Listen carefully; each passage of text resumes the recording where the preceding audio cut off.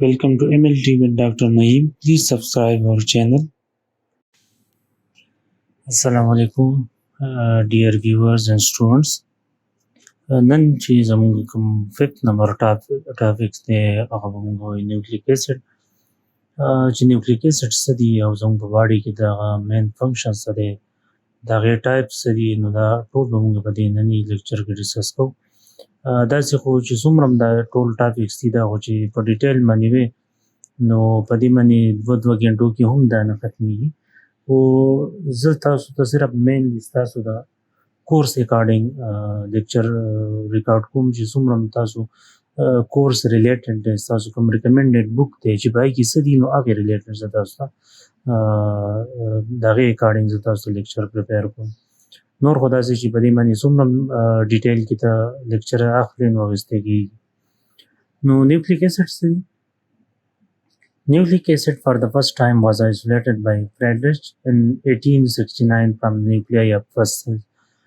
دا په اوله کې ډسکور کړي چې دا Friedrich ډسکور کړي 1869 کې په first cells په نیوکلیس کې دا first time دا ډسکور کړي.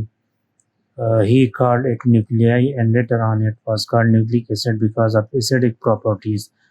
دې ته هغه نیوکلیان ورکړی و، د هغې نه بعد بیا دې ته نیوکلیک ایسډ ورکړی شو. ولې؟ د دې د ایسډک پراپرټیز د وجې نه، لکه څومره چې نیوکلیس دی، نیوکلیس کې ډي این اے دی یا آر این اے دی، نو دا ایسډک پراپرټیز دي، نو د دې وجې نه دې ته نیوکلیک ایسډ وایي. نیوکلیک ایسډ آر essential biological molecule that consist of nucleotides. څنګه چې موږ د پروټین والا ویلو چې د هغې بلډینګ بلاک چې دی هغه امینو اسید دي، داسې د لیپډز هغه فیټي اسید دي، نو داسې د نیوکلیک ایسډ بلډینګ بلاک چې دی هغه نیوکلیوټایډز دي. نو نیوکلیوټایډز چې رایوځای شي نو هغه زموږ سره نیوکلیک ایسډ جوړوي. They are composed of carbon, hydrogen, oxygen, nitrogen and phosphorus. څنګه چې دا نور ډفرنٹ کمپوننټ باندې مشتمل دي، داسې نیوکلیک ایسډ هم کاربن، هایدروجن، اکسیجن، نایتروجن او فاسفورس باندې مشتمل دی. They are located in the nuclei of the cells. او نیوکلیس کومه نیوکلیک ایسډ چې دي دا بیسیکلي په سیلز کې که موږ خبره وکړو دا به په کوم ځای کې وي، دا به په نیوکلیس کې دننه موجود وي، نو هغې ته موږ نیوکلیای اف د سیلز وایو. اوس که دا بیا پروکریاټ وي نو هغې کې بیا پراپرلی نیوکلیس نه وي نو هغې کې دا بیا سکیټر فارم کې هلته پریزنټ وي. او که موږ په یوکریاټک لکه انیملز او کومه کمپلیکس انیمل چې دي د هغو په سیلز کې ګورو نو هغې کې پراپرلی نیوکلیس وي، په هغې کې بیا دننه نیوکلیای وي، نو په هغې کې دا نیوکلیک ایسډ پریزنټ وي. اوس نیوکلیک ایسډ څه دي؟ Nucleotides are the building block of all nucleic acid. نیوکلیوټایډ چې دی هغه د بلډینګ بلاک دی د آل نیوکلیک ایسډ. څومره چې نیوکلیک ایسډ دي د هغې بلډینګ بلاک چې دی هغه نیوکلیوټایډز دي. نو نیوکلیوټایډ سټرکچر څه دی؟ ایچ نیوکلیوټایډ هیز 3 components. اوس که سنګل نیوکلیوټایډ موږ ووایو چې د هغې کمپوننټ به څه وي، نو د هغې یو فاسفیټ ګروپ وایي، 5 کاربن شوګر به وي چې هغې ته موږ پینټوز شوګر وایو، چې 5 کاربن پکې هغې ته موږ پینټوز وایو. او بل به وي نایټروجینیس بیسز. لکه څنګه چې په دې سټرکچر کې تاسو وینئ دلته د فاسفیټ ګروپ اټیچ دی، د پینټوز شوګر دی، او دلته نایټروجینس بیسز دي. دا نایټروجینیس بیسز چې دا 4 ټایپس دي بیسیکلي، ایډنین، تایمین، سایټوسین اینډ ګوانین. یو به هغه د دې سره اټیچ وي او نور چې دی دا پینټوز شوګر دی او دا فاسفیټ دی.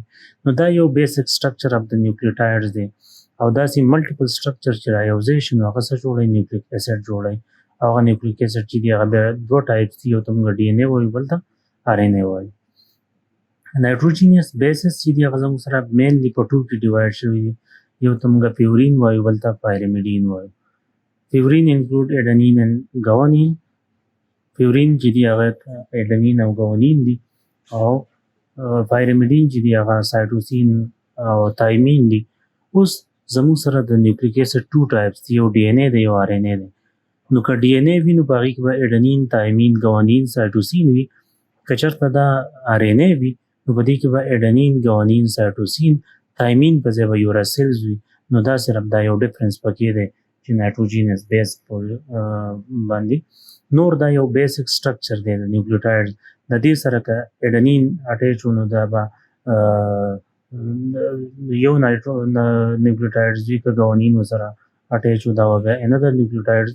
نو داسې دا ټول چې سره اټیچ دي دا به یو به دا ډفرینشیټ کوي. نو بیسیکلی زموږ سره 4 ټایپس اف نیوکلیوټایډ جوړیږي: ګوانین، اډنین، سایټوسین او تایمین. RNA اوس څه شی دی؟ ما وویل چې تاسو ته ووایي چې زموږ سره 2 ټایپس اف نیوکلیک اسید دی. یو ته موږ RNA وایو، بل ته DNA وایو. نو RNA څه شی دی؟ RNA is a single strand nucleic acid and is much more abundant than DNA. اوس RNA چې مین کریکټریسټیک او مین ډیفرنس چې دی هغه څه دی؟ RNA سنگل سټرینډ وي. دغه نیوکلیوټایډز وي دغه د یو بل سره اټیچ وي، خو په یو سټرینډ کې سنگل سټرینډ کې وي، نو دې ته موږ نیوکلیک اسید وایو. In RNA the pentose sugar is ribose. اوس سیکنډ ډیفرنس دی چې په دې کې کوم پینټوز شوګر موجود دی نو هغه به رایبوز شوګر وي. یو رایبوز شوګر یو ډي اکسي رایبوز وي. رایبوز شوګر په RNA کې وي او ډي اکسي رایبوز په DNA کې وي. نو دې کې به یو رایبوز شوګر وي ان نایټروجینس بیسز په کې کم وي.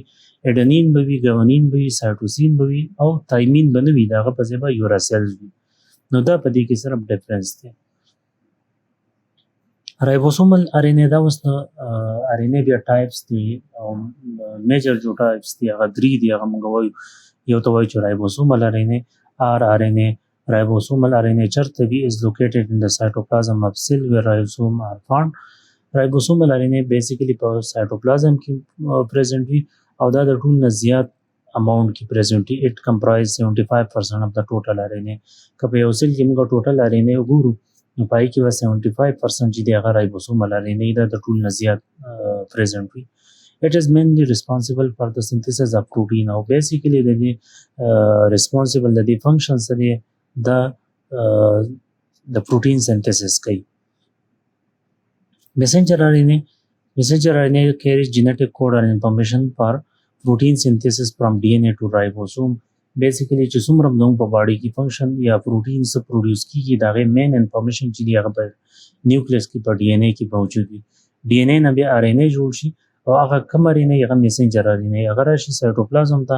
سایټوپلازم کې بیا هغه د رایبوسومل RNA هغه د غینا پروتین سنتھسایز کی. نو دا میسنجر RNA چې دا سره بیسیکلی د DNA نه ډرایو کیږي او هغه انفارمیشن کیری کوي د نیوکلیس نه سایټوپلازم ته.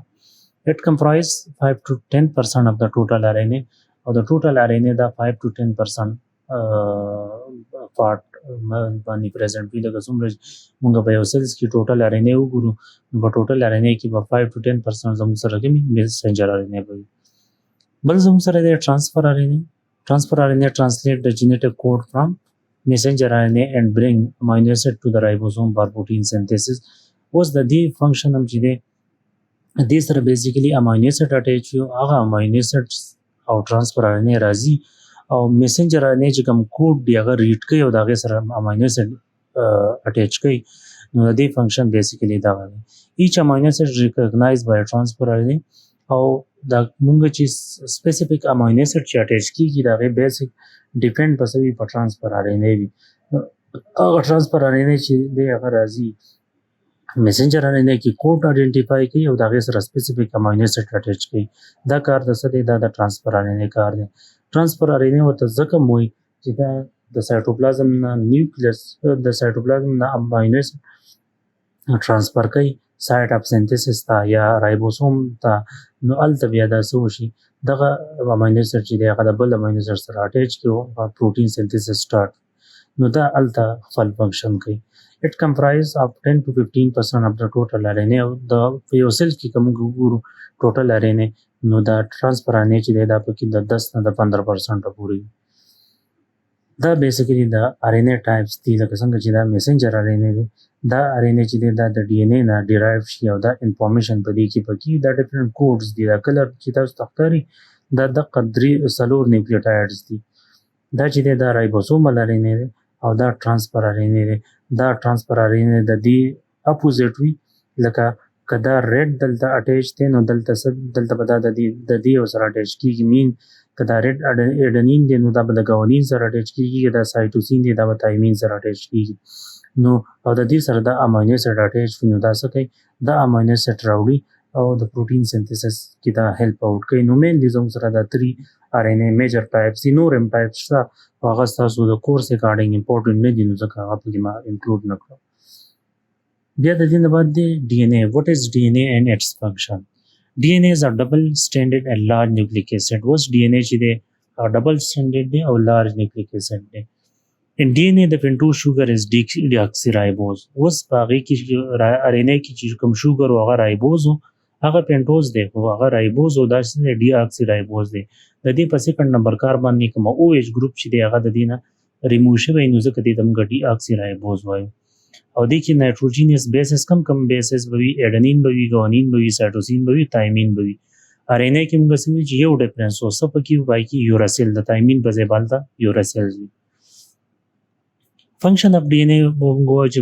د DNA function سره permanent storage place for genetic information څومره چې زموږ باډي کې genetic information دی لکه زموږ د سکن کلر دی د هیر کلر دی د آی کلر دی د څومره چې انفارمیشن دی دا په کوم ځای کې موجود دی دا په DNA کې موجود دی په یو سلز کې په سلز کې دننه بیا په نیوکلیس کې په نیوکلیس کې دننه بیا په DNA کې دا موجود دی دغه انفارمیشن بهر in the form of messenger RNA راځي messenger RNA پروټین جوړیږي هغه پروټین چې دی هغه خپل کوم ایکسپریشن چې دی هغه کوي نو دا هغه هیر کلر دی موږ ته کته چې بلیک یو جین وی په DNA کې هغه د بلیک لپاره وینو دا هغه کس وخته په بلیک وی بل ریډ وی دا هغه ریډ وی براون وی نو دا جینیټیک انفارمیشن سٹور کوي لانګ ټرم سټوریج اف انفارمیشن ان د سیلز دا پرمننت لانګ ټرم انفارمیشن سٹور کوي په باډي کې څومره چې انفارمیشن دی د یو سیل هغه په دې DNA کې پریزنټ وي پلی امپورټنټ رول ان ټرم اف هیریډیټي هیریډیټي کې مین چې دا د مور او پلار نه تا کم خصوصیات ترانسفر کی نو په دې کې دا مین رول ادا کوي هغه مور او پلار نه چې کوم جین دی هغه ماشوم ته راځي او ماشوم کې بیا هغه ایکسپریس کیږي نو که تاسو وګورئ ماشومان ځینې ماشومان چې دا کلر سکن کلر چې هغه مور ته تللی هیر کلر پلار ته تللی د پوزي سټرکچر مور ته تللی داسې د خولې هغه پلار ته تللی نو دا بیسیکلی دغه د مور او پلار هغه کریکټریسټیک دی هغه ماشوم ته راځي دې ته هیریډیټي وایي نو دا دې کې ډېر امپورټنټ رول پلی کوي It store all genetic information and transport to the next generation. Sika again the خبره ده چې څومره دا genetic information وي هغه دا سٹور کوي او next generation ته ترانسفر کوي لکه د نیکه کې یو کریکټریسټیک دی نو هغه نوسی ته چې راځي دا څوک کوي دا DNA کوي کنټرول د سنتھسس اف DNA او DNA سنتھسس هم کنټرول کوي د کثرت د سیل ډیوایډ کیږي نو د DNA سنتھسایز کیږي هغه هم دا کنټرول کوي The sequence of nitrogen bases and DNA determine the protein development in new cells. کومه د DNA sequence چې دی هغه determine کوي د protein sequence یا د protein structure چې څنګه DNA دی دا غینه messenger RNA جوړ شي هغه messenger RNA according to جوړیږي protein جوړیږي دا protein چې دی دا basically direct کوي څوک DNA direct کوي DNA hold instruction of an organism development and reproduction څومره چې د یو ارګانیزم ریپروډکشن کیږي یا دغه ډیولپمنٹ کیږي دا ټول څه چې دی دا کنټرول کوي سو دا زموږ DNA کنټرول کوي هغه DNA څخه پروټین پروډوس کوي هغه پروټین چې دی هغه ډیفرنٹ فنکشن کوي نو دا غیر په وجه باندې زموږ ډیولپمنٹ او ریپروډکشن چې دی دا DNA کنټرول کوي control all function of the cell like regulation of protein ribosome and protein RNA او څومره چې په یو سیل کې پروسس کیږي هغه دا سو کنټرول کوي هغه دا DNA کنټرول کوي چې دا سیلز با کم فنکشن لکه سمپل اگزامپل تاسو درکوم لکه پنکریاس سیل دی هغه انسولین پروډوس کوي نو دا انسولین د پروډکشن چې دا سو کنټرول کوي دا DNA کنټرول کوي چې دا سیلز به څومره انسولین پروډوس کوي کله به پروډوس کوي کله به نه پروډوس کوي دا ټول انسټرکشن چې دی دا پس کې د DNA کې وي کنټرول د ریسپانس ټو ایکسټرنل ایجنټ یو سیل یو فارن ابجیکټ راځي یو فارن سیل سباډي ته انټر کیږي نو دا غي اگینست چې کوم ریسپانس شو کی نو هغه هم د ایکسټرنل ایجنټ اگینست نو دا هم DNA چې دی هغه کنټرول کوي دا سمپل سټرکچر دی کدا RNA وي دا به داسې سنگل سټرکچر وي او دا کلر چې دا تخکاری دا دی دغه دی نیوکلیوټایډ نایټروجینس بیسز دی او دا چې دا بیک بون دی نو RNA به داسې سنگل سټرکچر کې وي او DNA به داسې ډبل سټرکچر کې وي بیا د ډیفرنس بټوین آر ان اے اینڈ ډي ان اے کې سمپل کوېسچن راشي نو هغه کوېسچن به تاسو څنګه کوئ آر ان اے چې دی هغه آر ان اے پینټوز شوګر از رایبوز ډي ان اے پینټوز شوګر چې دی هغه ډي اکسي رایبوز دی ribose in nitrogen bases are adenine guanine cytosine and uracil by او په ډي ان اے کې به adenine guanine cytosine and thymine دی نو صرف د uracil ډیفرنس دی پکې آر ان اے چې دی به سنگل سټرینډ وي ډي ان اے به ډبل سټرینډ وي او آر ان اے چې دی هغه سایز به وړوکی وي او د ډي ان اے سایز به غټ وي نو دا جست ډیفرنس دی د ډي ان اے او آر ان اے په درمیان کې نو که سمپل کوېسچن راشي تاسو ایزیلی دا اټمپټ کولی شئ دا اوس د دې ډایګرامیټیکل سټرکچر دی لکه دا ډي ان اے دی او دا آر ان اے دی نو دا وګورئ دا ډبل سټرینډ دی دا سنگل سټرینډ دی دا چې کوم پینټوز شوګر دی په دې کې دا وګورئ د سیکنډ نمبر کاربن دی دا هایدروجن اټیچ دی او ایچ نه دی نو ځکه دې ته موږ ډي اکسي رایبوز وایو چې د دې نه دا سیکنډ نمبر کاربن نه دا او ایچ ریموو شي دی په ځای باندې ایچ وي نو دې ته موږ وایو ډي اکسي رایبوز او رایبوز کې وګورئ د دې په دې سیکنډ نمبر کاربن باندې دلته څه دی او ایچ ګروپ اټیچ دی نو ځکه دې ته موږ رایبوز وایو دا بیا تایمین دی دا سایټوسین ګوانین اډنین او دا یوراسیل دی نو دا صرف د تایمین په ځای چې دی دا په آر ان اے کې یوراسیل وي نور دغه چې دی هغه ټول نیوکلیوټایډ چې دی هغه سیم وي نو دا جست سمپل ډیفرنس دی په ډي ان اے او آر ان اے کې نو hope you enjoyed the video